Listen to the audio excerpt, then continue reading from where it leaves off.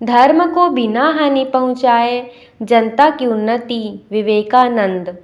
मेरा मत क्या है जानते हो? उक्त प्रकार से हम लोग वेदांत धर्म का गूढ़ रहस्य पाश्चात्य जगत में प्रचार करके उन महाशक्तिशाली राष्ट्रों की श्रद्धा और सहानुभूति प्राप्त करेंगे और आध्यात्मिक विषय में सर्वदा उनके गुरु स्थानीय बने रहेंगे। दूसरी ओर वे अन्यान्य ऐहिक विषयों में हमारे गुरु बने रहेंगे।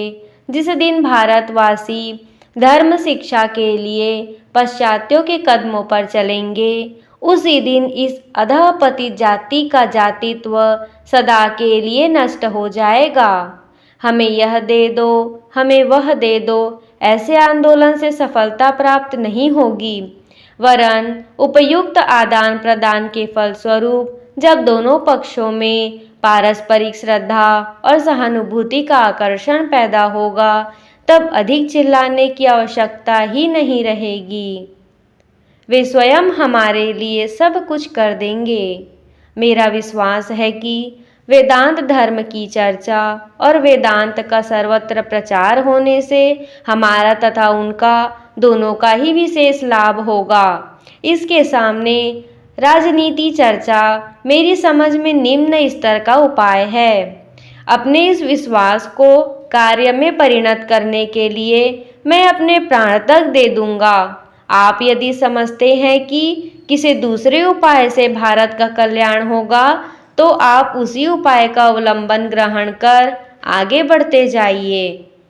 कोई भी सत्य, प्रेम तथा निष्कपटता को रोक नहीं सकता। क्या तुम निष्कपट हो? मरते दम तक निस्वार्थ और प्रेम परायण, तब डरो नहीं, मृत्यु से भी नहीं। आगे बढ़ो। सारा संसार आलोक चाहता है, उसे बड़ी आशा है। एकमात्र भारत में यह आलोक है। यह रहस्यपूर्ण निरर्थक धार्मिक अनुष्ठानों में या छल कपट में नहीं है। यह उन उपदेशों में है जो यथार्थ धर्म के सार तत्व की महिमा की शिक्षा देती है, सर्वोच्च आध्यात्मिक तत्व की शिक्षा देती है। यही सत्य है कि प्रभु ने इस जाति को इसके इतने सारे उतार चढ़ानों के बावजूद आज भी सुरक्षित रखा है। अब समय उपस्थित हुआ है। मेरे वीर हृदयों को यह विश्वास रखो कि अनेक महान कार्य करने के लिए तुम सबका जन्म हुआ है। कुत्तों के भूखने से न डरो, नहीं स्वर्ग के वज्र से भी न डरो। उठ खड़े हो जाओ और कार्य करते चलो। जीवन में मेरी एकमात्र अभिलाषा यही है कि एक ऐसे चक्र का प्रवर्तन कर दूं जो उच्च एवं श्रेष्ठ विचारों को सबके द्वारों पर पहुंचा दे, और फिर महिला पुरुष अपने भाग्य का निर्माण स्वयं कर ले। हमारे पूर्वजों तथा अन्य देशों ने भी जीवन के महत्वपूर्ण प्रश्नों पर क्या विचार किया है, यह सर्वसाधारण को जानने दो।